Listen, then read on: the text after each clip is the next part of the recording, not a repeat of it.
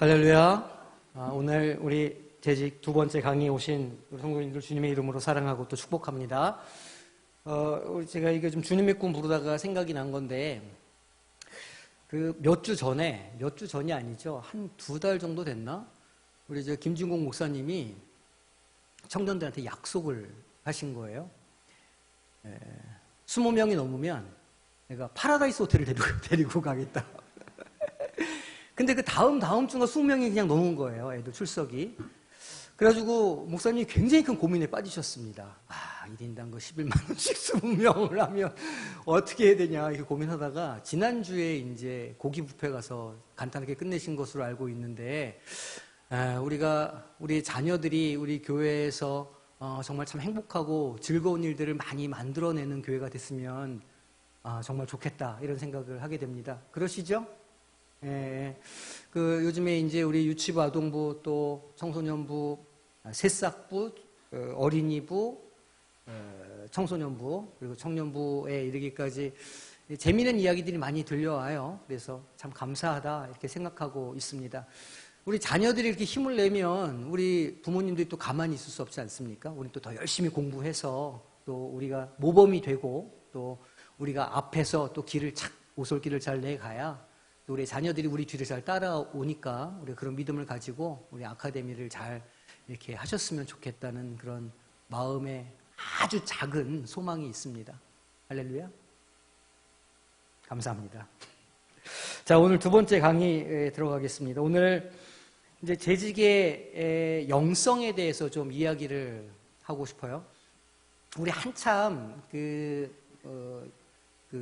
EQ, IQ 뭐 이런 거가 이제 한 4, 5년 지났는데 좀 유행을 할 때가 있었어요. 이제 제가 어린 시절에, 그러니까 우리 부모님 시절에는 IQ가 굉장히 중요해서 IQ 검사도 심심치 않게 이렇게 받으러 다니고 또 뭐 IQ가 높으면 영재다 이렇게 해서 뭐 영재 교육도 하고 이제 이랬던 경험들이 아마 있으실 겁니다. 그러다가 이제 어떤 시대가 왔냐면 한 2000년대 초반 정도에 EQ가 중요하다. 이게 이제 뭐냐면 이모셔널 퀄리티다. 그래서 감정을 잘 이렇게 컨트롤하고 또 감정을 잘 표현할 수 있는 또 그것을 이해하는 능력이 중요하다. 그래서 한참 EQ가 이렇게 유행하던 때가 있었어요. 그때 이제 잠깐 등장했던 단어가 SQ라고 하는 단어였어요. 영적 지수, 스피리추얼 퀄리티. 그래서 잠깐 그 사람이 영성이 참 중요하다고 하던 것을 강조하던 때가 살짝 지나갔는데 조금 아쉽습니다. 영성이라고 그러면 기독교인들한테만 있는 것처럼 그렇게 느껴지지만 사실 그렇지 않아요. 모든 사람들은 영적인 존재라 그 영적인 어떤 감수성이 누구에게 다 있다는 것이죠. 특히 이 대한민국 사람들은 그 SQ가 높은 사람들이에요. 영적인 지수가. 그래서 참 그 종교성이 발달해 있고 그래서 굉장히 종교 친화적이기도 하고 많은 것들을 이렇게 그 종교 신으로 받아들이는 것에 거리낌이 없는 민족이기도 합니다. 그래서 예로부터 많은 종교들이 우리나라에 들어오고 또 흡수가 잘 되고 동화가 되고 그런 나라가 이제 우리 민족이라는 것이죠. 지금 북녘 땅을 생각해 보면 거기는 거의 종교 국가와 다름 없지 않습니까? 우리 북녘 땅에 계신 우리 동포들은 김일성 부자 고 가문 백두혈통이라고 부르는 그 사람들을 거의 신처럼 그렇게 생각하고 이렇게 살아가는 것을 볼 수가 있어요. 가끔씩 이렇게 탈북하셔서 이렇게 내려오신 분들 간증을 들어보면 그 김일성 부자에 대해서 이렇게 남한 사람들이 욕하거나 이렇게 비하하는 것을 굉장히 자존심 상해하고 속상해하는 것을 이렇게 제가 볼 수 있었습니다. 그러니까 자신들이 신처럼 여겨지는 그런 사람들이 무시당하고 이런 것에 이제 불쾌감을 느끼는 것이죠. 그래서 그분들을 전도하는 일이 의외로 쉽다고 합니다. 대상만 딱 바꿔주면 김일성 부자에서 그것이 하나님으로만 바뀌면 그 나머지 시스템이 거의 비슷하기 때문에 아주 금방 이렇게 말하자면 다른 종교 사람들을 전도하는 것처럼 그렇게 종교가 된다는 이야기를 들었어요. 그만큼 우리 민족이 이제 그 종교적 감수성이 굉장히 있다. 그런 의미가 되겠죠. 오늘 말씀에서 다루고 있는 게 기독교인으로서의 영성이라는 게 대체 무엇이냐 이것을 조금 다루고 있는 본문입니다. 그래서 오늘 우리 이 본문을 통해서 과연 그리스도의 영성을 어떻게 정의할 수 있고 또 그것을 어떻게 우리가 영성을 더 이렇게 키워갈 수 있는가를 좀 이렇게 볼 수 있었으면 좋겠습니다. 우리 PPT 좀 먼저 띄워주시고요. 그 지난 주일날 제가 이제 인사를 이렇게 하다 보니까 다들 썩게 인사하는 게 시원치가 않더라 이런 생각을 제가 했습니다. 그래서 이번 주에도 우리가 그 인사 훈련을 조금 좀 해야 되겠다 이렇게 이거 다 지나가고 우리 앞뒤 성도님들께 우리 큰 소리로 눈을 보면서 우리 인사했으면 좋겠습니다. 자, 여기 자. 3번 다른 사람한테 3번 인사하시는 거예요. 눈 보면서 눈이 마주치면 인사하시는 겁니다. 안녕하세요, 반갑습니다, 잘 오셨습니다. 큰 소리로 자 시작. 자, 안녕하십니까? 안녕하십니까? 자, 반갑습니다. 잘 오셨습니다.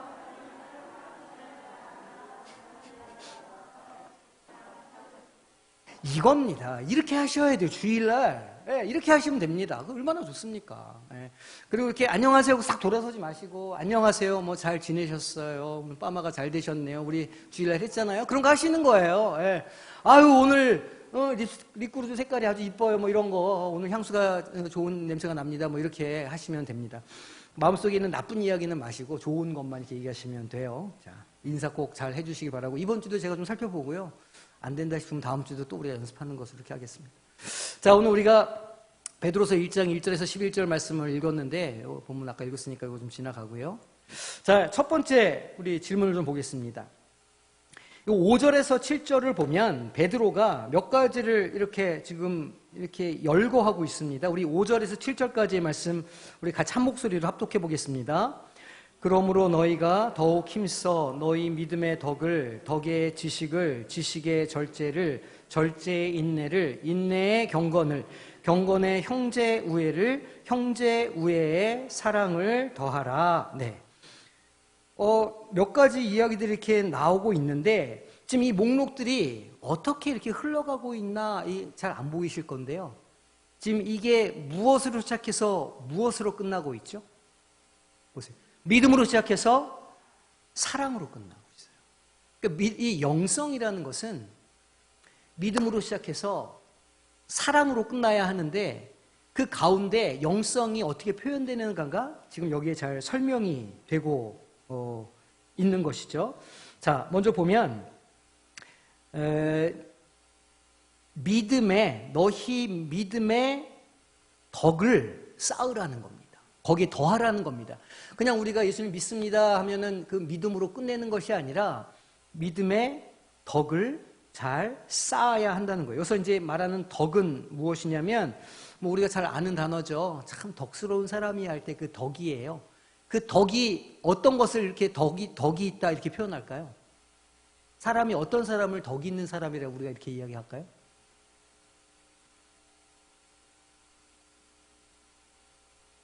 그렇죠. 착하고 선하고 뭐 이런 것들을 좀 의미하죠. 뭐 사람에서 온화하다든지 아니면 참 믿을 만한 사람이라든지 뭐 이제 이런 어떤 성품의 특질이 나타날 때 우리가 그 사람을 참 덕스러운 사람이다 이렇게 표현합니다.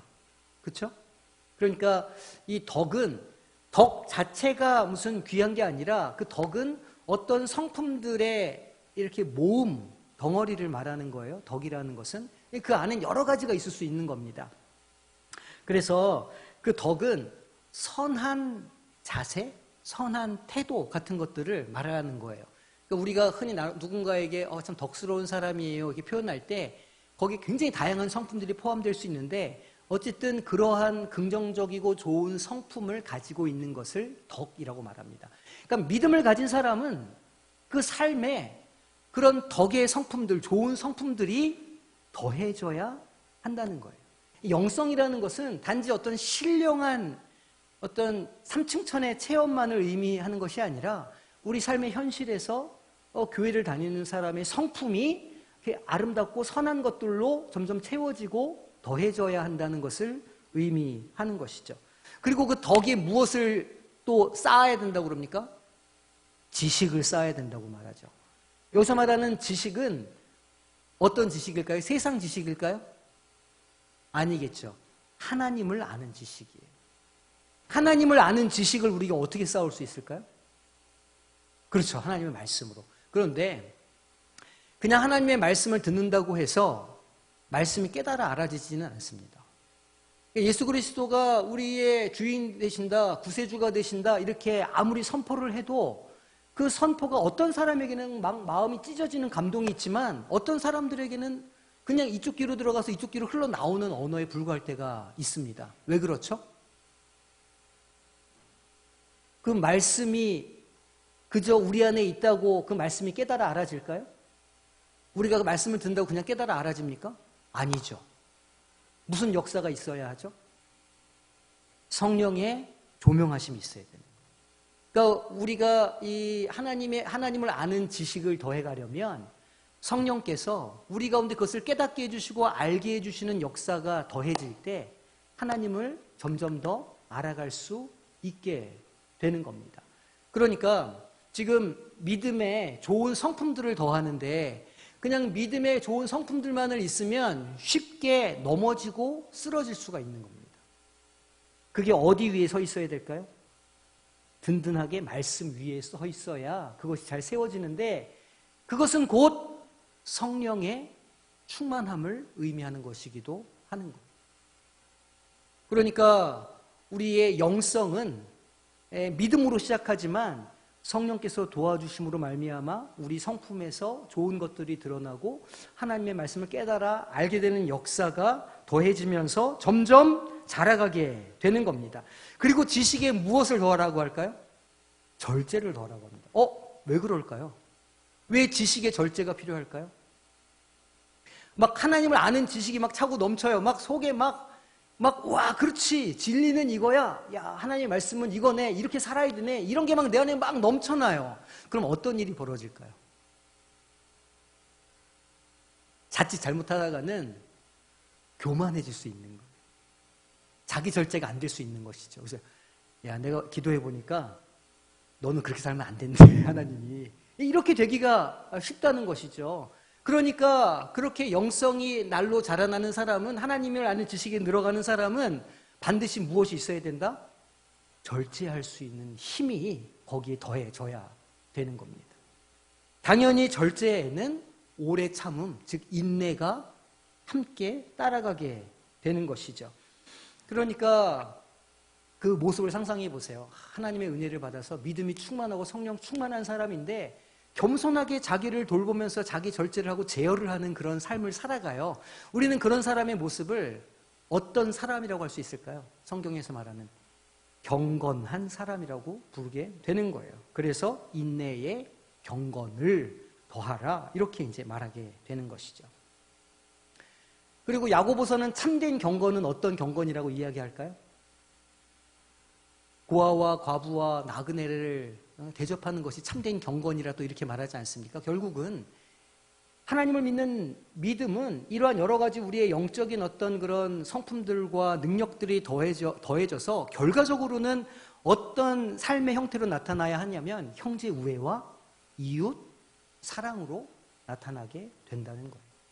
그러니까 저 사람이 영적인 사람이야 라고 말할 때에는 그 사람의 믿음의 그 삶의 모습이 사랑의 모습인가 아닌가로 우리가 그것을 가늠해 볼 수 있다는 것이죠. 그래서 많이 적으셨지만 5절에서 7절에서 베드로가 열거하고 있는 목록은 이 PPT로 넘겨주세요. 네, 믿음으로 시작해서 사랑으로 끝나게 되는 거예요.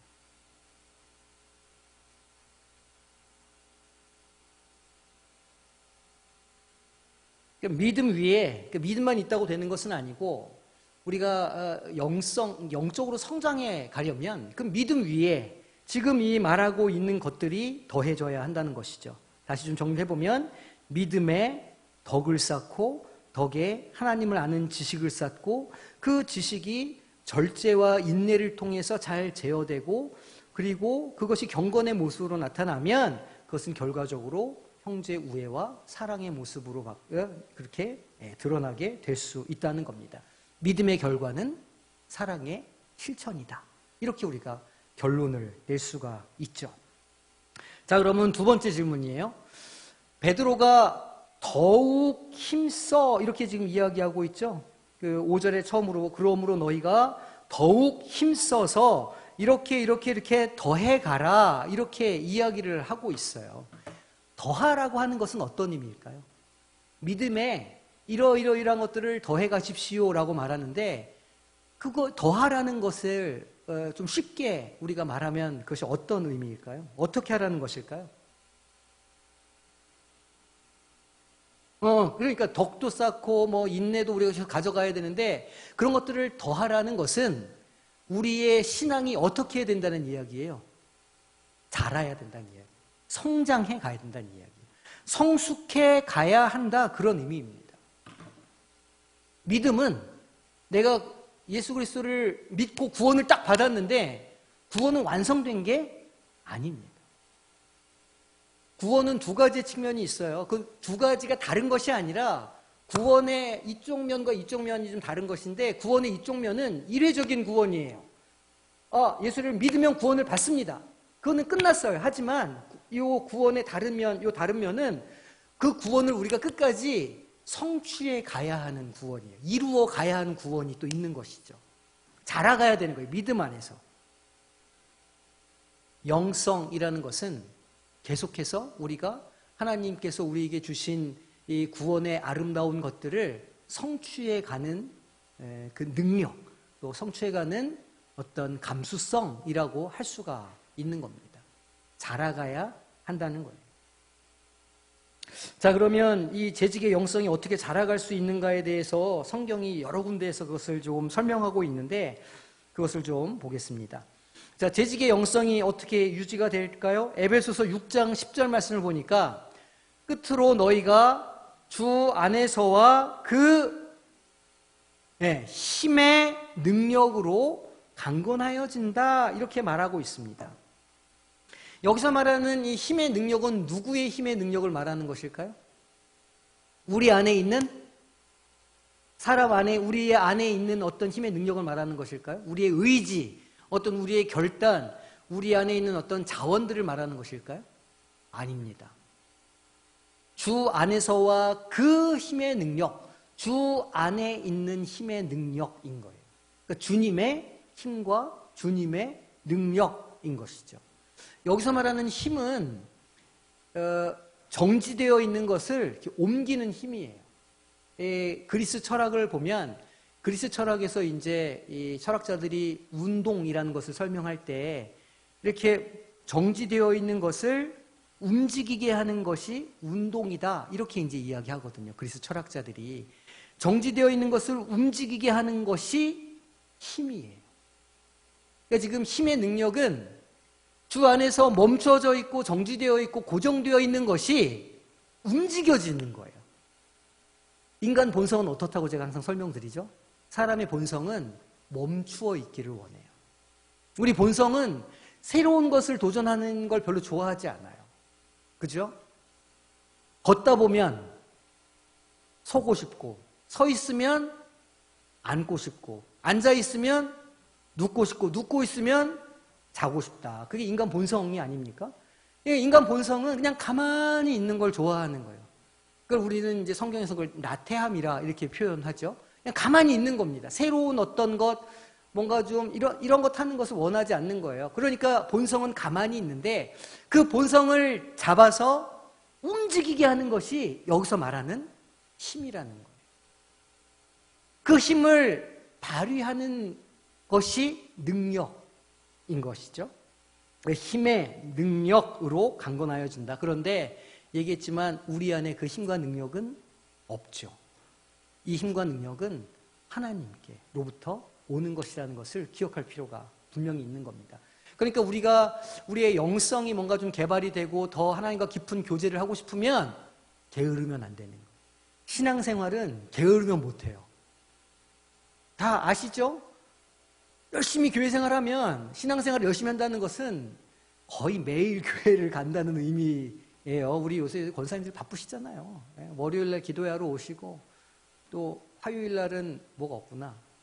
화요일날 하루 쉬시네. 수요일날 또 우리 그 사랑의 나눔하고 목요일 성경 공부 오시고 금요일 성경 공부 오시고 토요일 또 주방 봉사한다고 오시고 주일날 또 오시고 월요일날 또 오시고 이렇게 이제 그죠? 우리 한창 때 한창 때 하루도 빼지 않고 교회를 다 나오시지 않았습니까? 그런 거예요. 신앙이라는 것은, 우리의 영성이라는 것은 부지런해지지 않으면 자라날 수가 없는 것이죠. 그 멈춰 있는 것을 옮기는 힘이 있어야 우리가 변해가고 자라갈 수 있다. 그런데 그 힘이 우리 안에는 존재하지 않는다. 하나님께 있는 것이기에 어떻게 해야 될까요? 그러면 기도해야 되죠. 간구하고 나의 이 나태함 하나님께서 좀 물리쳐 주시고 우리가 본성을 좀 쳐서 복종시켜서 하나님의 말씀으로 좀 새롭게 되기를 소망하면서 그 성령에 순종할 때에 이제 그런 힘의 능력으로 강건해지는 역사가 일어나게 될 수 있다는 것이죠. 자, 에베소서 또 6장 11절에서 13절은 이어서 또 이렇게 설명합니다. 그 영성을 어떻게 얘기하냐면 마귀의 무엇을? 마귀의 간계를. 이 옛날 성경을 보면요, 우리 개혁 성경을 보면 마귀의 괴계를 이렇게 기록하고 있어요. 그 괴계가 뭡니까? 뭔가 음흉하고 감춰져 있고 우리가 알지도 못한 채 이렇게 무엇인가 이렇게 하게 하는 그런 게 괴계 아닙니까? 그 C.S. 루이스라고 하는 작가가 있는데 이 작가가 쓴 책 중에 아주 우리가 재미있게 읽을 수 있는 책이 한 권 있어요. 그 스크류테이프의 편지라는 책이 있습니다. 이게 어떤 내용이냐면 스크류테이프이 사탄 마귀예요. 사탄 마귀가 자기 조카가 신입 사탄 마귀가 이제 들어온 것이죠. 그래서 이 삼촌이 신입 사탄 마귀한테 이제 말하자면 도움의 글을 쓰는 거예요. 얘야, 그리스도인들을 실족시키려면 이렇게 해야 돼. 하면서 이제 그리스도인들을 잘 실족하고 그들의 마음을 빼앗을 수 있는 방법들을 막 편지를 써서 보내줘요. 그게 스크류테이프의 편지라고 하는 책이에요. 기회가 되면 꼭 읽어보시면 좋아요. 아, 그리스도인들이 이렇게 넘어지는구나. 사탄 마귀가 이렇게 괴계를 쓰는구나라는 걸 알 수 있거든요. 그러니까 마귀의 이 간계를 능히 대적하기 위해서는 하나님의 무엇을 입으라고요? 전신갑주를 입어야 한다. 이렇게 이제 설명하죠. 전신갑주 뭐 있죠? 투구, 흉배, 허리띠, 검, 신발, 뭐 쫙 이렇게 나오지 않습니까? 이런 것들을 전신갑주를 입어야 한다는 거예요. 이 바울 사도가 전신갑주를 일부러 이 전신갑주라고는 이미지를 그린 이유가 있어요. 당시에는 이 로마 제국이 지배하던 시기 아닙니까? 그리고 각 이 온 유럽의 도시마다 로마로 향하는 아주 좋은 길이 쫙 깔려 있었어요. 그 길로 로마 군대의 그 말이 끄는 마차와 로마 군인들이 팔렬 종대로 늘 이렇게 걸어 다녔던 겁니다. 그 길로. 그러면 그 지배를 당하고 있던 사람들은 그것만 보면 어떻게 될까요? 기가 죽는 거예요. 그 군대들이 오와 열을 딱 맞춰가지고 척척척 하면서 팔렬로 이렇게 쫙 걸어가는 걸 보면 그 로마가 깔아놓은 도로로 그 막 가는 걸 보면 이제 기가 죽고 꼬랑지가 막 내려가는 것이죠. 바울 사도가 그 그림에서 딱 따온 거예요.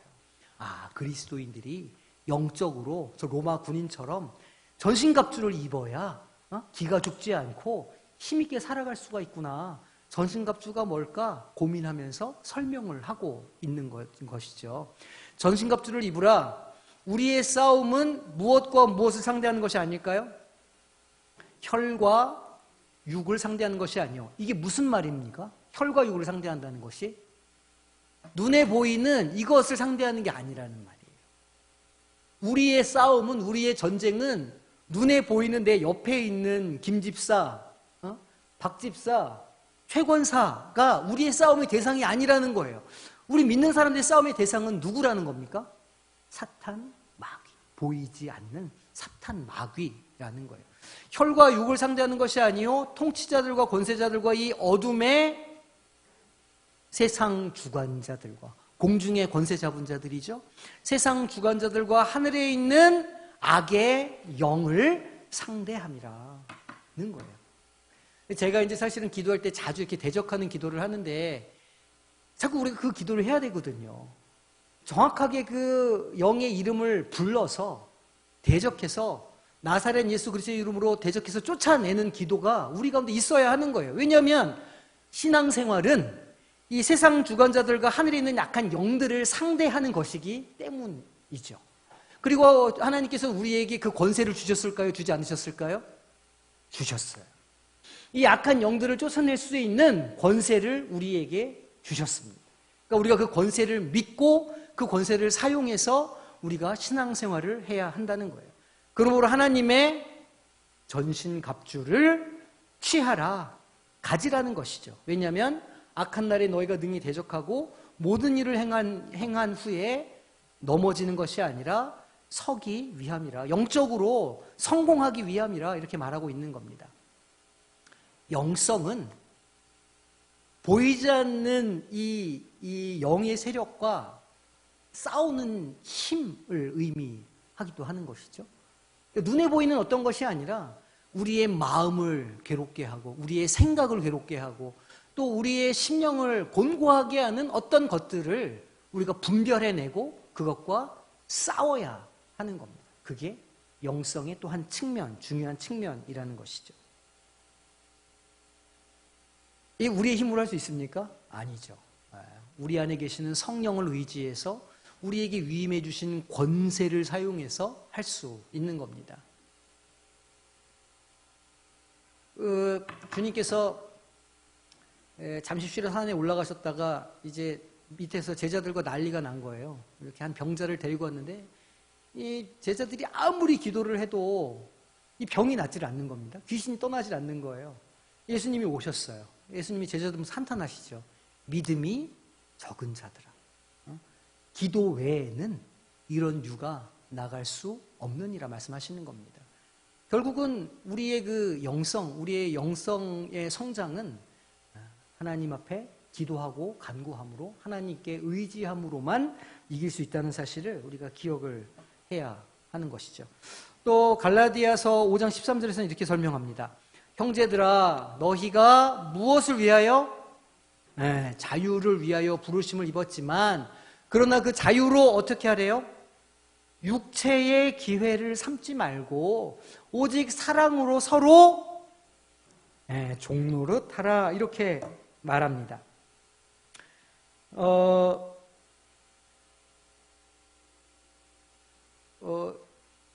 우리는 믿음 안에서 모든 것을 다 할 수 있는 사람들입니다. 이제 이 고넬료가 베드로를 청한 것 아닙니까? 왜냐하면 하나님 말씀을 듣고 싶은 거예요. 고넬료는 이방인이었는데 그 베드로를 청했는데 베드로가 생각해 보니까 그 이방인인 겁니다. 절대로 섞일 수는 없는 그런 사람들인 거예요. 그래가지고 이제 마음에 너무 이제 괴로웠던 것이죠. 이걸 가야 되나 말아야 되나. 그날 밤에 꿈에 이렇게 위에 광주리가 막 내려오는데 그 광주리에 아주 맛있는 것들이 들어있었죠. 한국 사람들이면 아주 좋아하는 그런 것들이 많이 들어있었던 거예요. 뭐 돼지, 뭐 뱀, 막 온갖 그 율법에서 그만 것들이 막 가득 있었습니다. 갑자기 음성이 들리더니 베드로한테 먹어라 이렇게 하는 거예요. 베드로가 어떻게 했습니까? 저 하나님께서 금하신 것을 제가 먹지 않겠습니다. 자신의 신념을 지키는 거죠. 근데 또 하나님께서 먹어라 두 번째로 말씀하세요. 베드로가 어떻게 합니까? 또 거절해요. 제가 이제 하나님께서 금하신 것을 절대로 먹지 않겠습니다. 이것을 먹어서 저를 더럽히지 않겠습니다. 이렇게 하는 겁니다.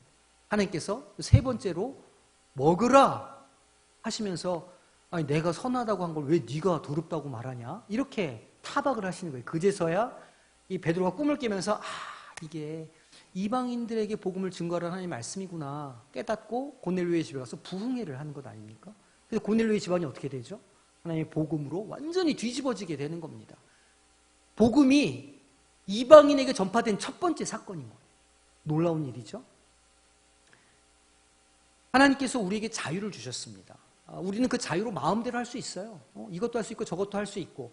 그런데 세상 사람들은 그 자유를 어떻게 쓸까요? 끝간데 죄의 길로 가는 겁니다. 자유를 주셨으니까 하나님께서.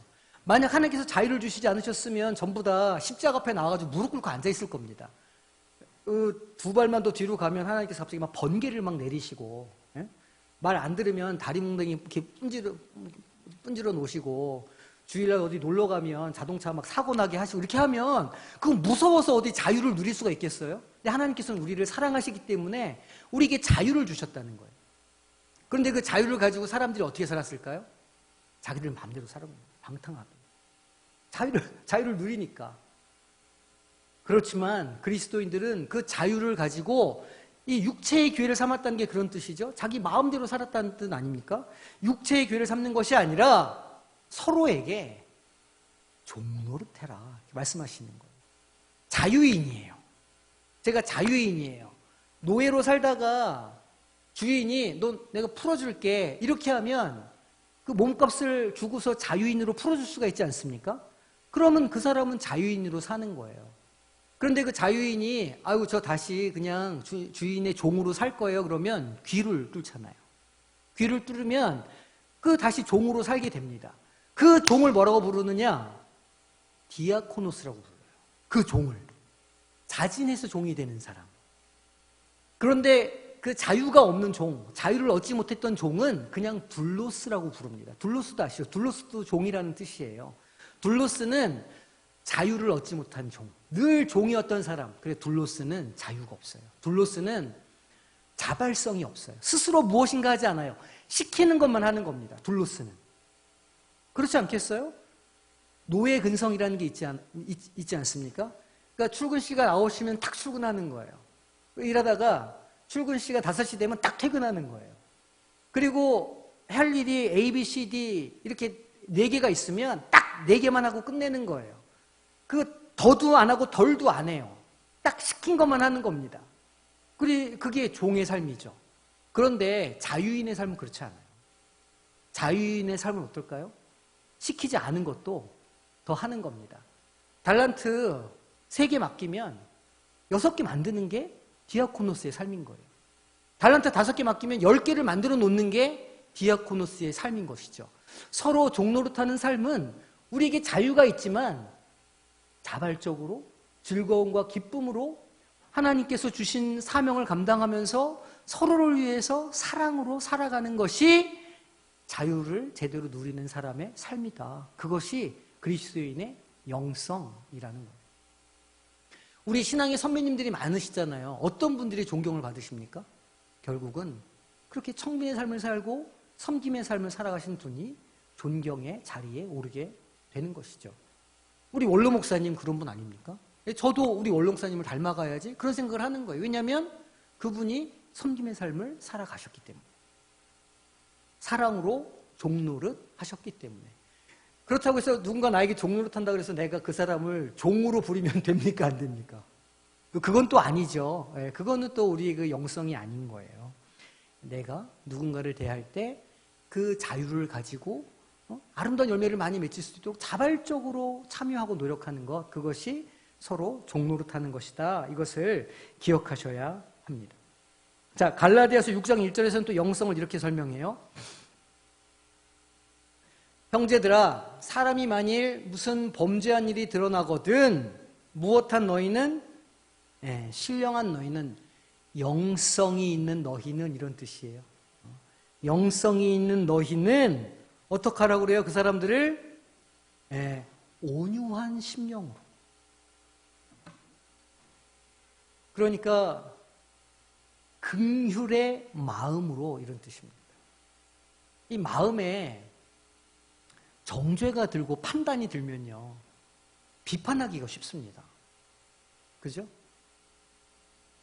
그러니까 누군가가 이렇게 교회 신앙생활 하거나 남편을 생각해 보시면 쉬워요. 남편을 생각해 보시면 그 얼마나 잔소리거리가 많습니까? 막 이렇게 여러 가지가 있는데 그것을 조금 초점을 바꿔가지고 긍휼한 마음을 품는 거예요. 내가 사랑할 사람이지, 내가 사랑해야 될 대상이지, 내가 용서해야 할 대상이지, 이렇게 보는 거예요. 판단의 대상이 아니라 긍휼의 대상으로 보는 것이죠. 긍휼의 대상으로 보고 그런 긍휼의 마음을 품으라는 거예요. 그게 영성이라는 겁니다. 그게 영성이라는 거예요.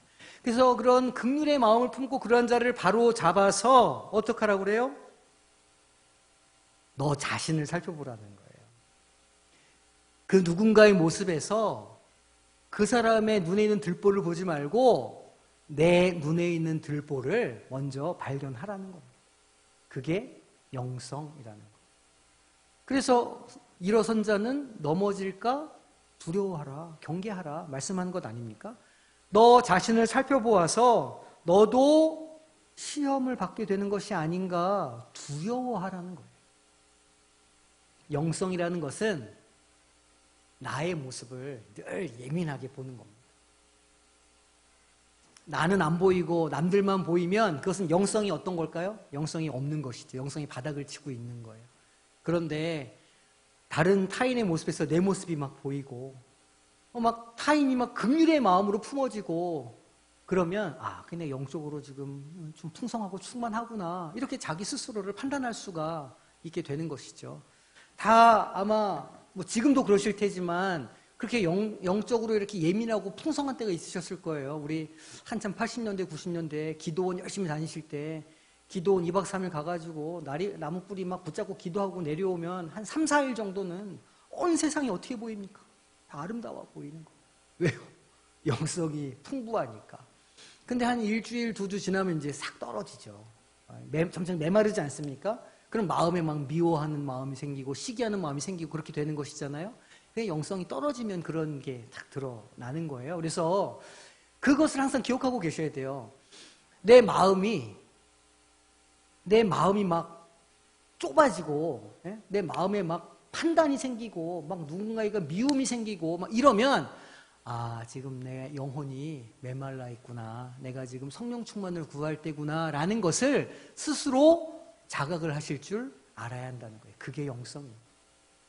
내가 지금 메말라 있네. 내가 지금 기도의 자리를 찾아야 하는구나. 내가 지금 하나님 앞에 말씀 앞에 나아가야 하는구나를 스스로 판단할 수 있는 것, 그것이 영성인 겁니다. 자, 그러면 우리 오늘 들은 이야기들을 좀 정리를 해보겠습니다. 우리 지금 앞에 지금 이 에베소서 6장 10절에서는 영성이라는 것은 하나님께서 주신 힘으로 우리의 나태함을 쳐서 복종시켜서 하나님의 말씀으로 나아가게 하는 것이 영성이라 이렇게 지금 정의를 했었고, 에베소서 6장 11절에서 13절은 그 영성이 보이지 않는 세계의 전쟁에서 영들을 분별해내고 싸우는 것이라 이렇게 말씀을 드렸어요. 그게 또 영성이라고 얘기를 했고, 갈라디아서 5장 13절에서는 영성은 우리에게 있는 자유를 사랑의 모습으로 이렇게 풀어내는 것이 영성이다 또 이야기했어요. 그리고 마지막 갈라디아서 6장 1절에서는 영성이라는 것은 긍휼의 마음을 품는 것이다. 그래서 나 자신을 스스로 이렇게 판단해 볼 수 있는 능력이 영성이다. 이제 이렇게 이야기를 했습니다. 기억하시죠? 정리가 다 되셨죠? 이분들이 왜 마스크를 안 벗나 생각해 보니까 일단 이런 순간에 자기 입을 가리기 위해서 안 벗는 것 같다 이런 생각이 드네요. 다 이해되셨습니까? 예. 제가 설명을 되게 잘했거나 아무것도 못 알아들으셨거나 둘 중에 하나지만 저는 전자라고 믿고 앞으로 나갑니다. 자, 우리 적용하게 해보겠습니다. 자, 거기 이제 교재 보시면 교재 보시면 거기 제가 1, 2, 3, 4, 5, 6, 7, 8 이렇게 쫙 이렇게 달아놨어요. 내가 이 하나님 앞에서 재직뿐만이 아니라 한 신앙인으로서의 나의 영성이 어떠한가. 지금 4가지를 말씀드렸는데 이렇게 곰곰이 생각해 보시고 아주 영성이 밑바닥이다 그럼 1. 조금 좀 나 되게 건강한 것 같다 그럼 10 정도 거기 어딘가에다가 자기 영성이 있는 곳에 이렇게 동그라미 쳐보세요. 내 영성은 요즘에 이 정도인 것 같아요. 이렇게 한번 써보세요. 솔직하게. 예. 가리지 마시고. 예. 제가 뭐 이거를 뭐 다 일일이 다 검사를 해보겠습니까? 근데 왠지 검사할 것 같죠? 자, 손 들어봅니다. 자, 내 영성은 8에서 10 정도에 있다. 먼저 손 한번 들어보실까요? 큰일 났네. 영성이 온 교회의 성도들의 영성이 자 A는 없네요. 자 그러면 나는 한 중간 조금 더 한 5, 6 정도 있는 것 같다. 이렇게 손 들어보세요. 5, 6 정도. 야 5분 5분. 자 내일서 수별 새벽 기도를 다시 한번 한 40일 정도 해야 되겠다는 생각이 드네요. 요즘에 내가 조금 좀 소홀히 해가지고 내가 조금 3, 4 정도 있는 것 같다. 아이고 주여. 그래요, 알겠어요. 짝짝하게 내시면 돼요. 1, 2는 안 하겠습니다. 네, 1, 2는. 자, 1, 2는 손 이렇게 들어가지고 똑똑해서. 똑똑해져라 하게 하죠. 나 제발 좀 똑똑해져라 하나님 앞에서 이렇게 하시면 됩니다. 아이고 주여. 자, 두 번째 질문. 영적으로 성장하고 성숙하기 위해서 그럼 오늘 내가 감당해야 될 일이 무엇일까? 한번 그것도 적어보세요. 그럼 내가 좀 영적으로 성숙해가기 위해서 내가 이런 거 좀 해봐야 되겠는데? 이런 거 좀 생각나는 게 있으시면 딱 2가지만 적어봅시다. 2가지만. 너무 많이 적지 마시고. 내 영성을 위해서 내가 할 수 있는 걸 적으셔야 돼요. 뭐 내가 영성을 위해서 내가 100명을 용서하겠다. 뭐 이런 거 말고 당장 지금이라도 할 수 있는 실천 가능한 것을 적으셔야 됩니다. 거기다.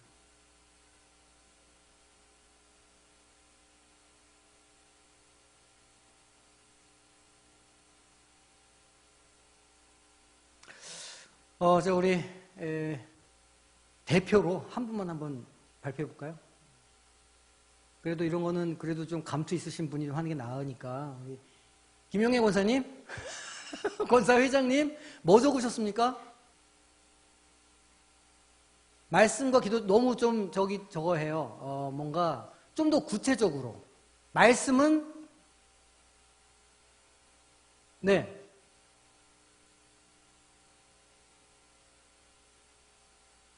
네. 시간을 정해서 말씀을 5장에서 10장을 읽겠다. 요거 좋아요. 그 다음에 기도는요?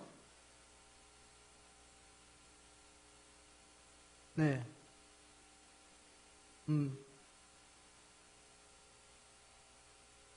네.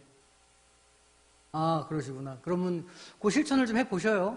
네, 영성을 위해서. 감사합니다. 박수! 구체적으로 적으셔야 돼요.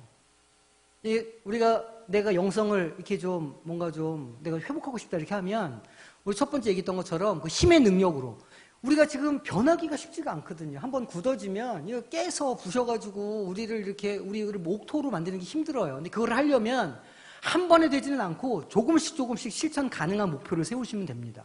내가 하루에 아침 8시부터 8시 반까지 30분 동안 내가 성경을 읽겠다. 이런 거 아주 구체적으로 적으셔야 돼요. 그리고 그것을 구체적으로 실천을 하셔야 됩니다. 그 작은 실천이 조금씩 쌓여가지고 그것이 우리에게 습관이 되는 거예요. 습관이 되면 능력이 됩니다. 습관 만드는데 며칠이 걸릴까요? 21일, 3주. 3주를 최소한 하셔야 돼요. 시간 정해놓고 지금 하신 것처럼 지금 거기에 적으신 건 내가 3주를 한번 해보자. 이런 결단을 가지고 해보셔야 그게 나에게 습관이 되고 습관이 나의 성격이 되고 성격이 나중에 어떻게 될까요? 나의 인격이 되는 겁니다. 그리고 그 인격이 나의 영성으로 드러나게 되겠죠. 아주 그게 우스워 보이지만 그걸 꼭 하셔야 돼요. 자, 그래서 결단하기에 적어보세요. 딱 하나만 적어봅시다. 결단하기에는 아주 구체적으로 재직으로서 영성을 성장시키기 위해서 나는 무엇 하겠습니다. 아주 구체적으로 적어보세요. 시간까지. 사람 이름을 넣어서 아주 구체적으로 적어보세요.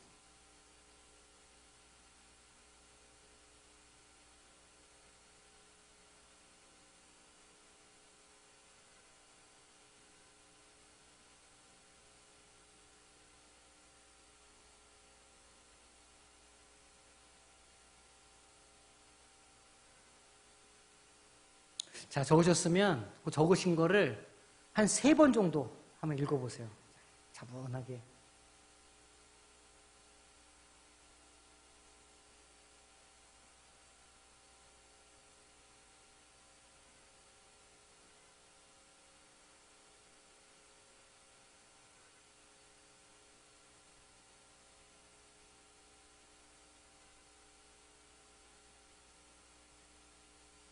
네, 마음에 좀 어떻게 좀 다짐이 생기셨습니까? 네, 마음에 다짐이 좀 생기셨으리라고 생각이 되고, 기도하셔야 돼요. 우리 힘으로 할 수 있는 게 아니라, 아까도 우리가 말씀을 받지만, 결국은 그 주님의 힘과 능력으로 될 수 있는 것이기 때문에, 꼭 이렇게 이 일을 위해서 우리가 늘 기도하고, 또 하나님을 찾고 구하고, 하나님의 도우심을 간구해서, 지금 적으신 그 일들을 실천해 나가시는 우리 모든 우리 성도님들이 되시기를 주님의 이름으로 축원합니다. 축원합니다. 네, 그렇게 꼭 해주시길 바래요. 오늘은 생각 나누기를 시간이 좀 가가지고 생각 나누기 생략하고 그리고 한번 생각해 보세요. 재직에게 꼭 필요한 모습이 무엇일까? 영성에 지금 우리가 지금 쭉 나와 있는데 덕에, 지식에, 절제, 인내, 경건, 우애, 사랑 뭐 이제 이런 목록들이 있는데 그것 말고도 있을 수 있는 것들이 있거든요. 재직의 모습에 어떤 것이 있어야 될까? 한번 집에 가서 복습하시면서 고민도 해보시고 또 재직으로서 그러니까 교회에서 일을 맡은 사람으로서 성장해가고 성숙해간다는 것은 어떤 것일까? 이런 것도 한번 고민해 보셔서 스스로 답을 좀 내보셔도 좋겠다 이렇게 생각이 됩니다. 자, 그러면 오늘 우리가 한 이 내용을 가지고 우리가 살아가기 위해 잠시 우리 통성으로 우리 아까 결심한 내용들 주님께서 지켜주시기를 간구하면서 통성으로 기도하고 우리 주기도문으로 마치도록 하겠습니다.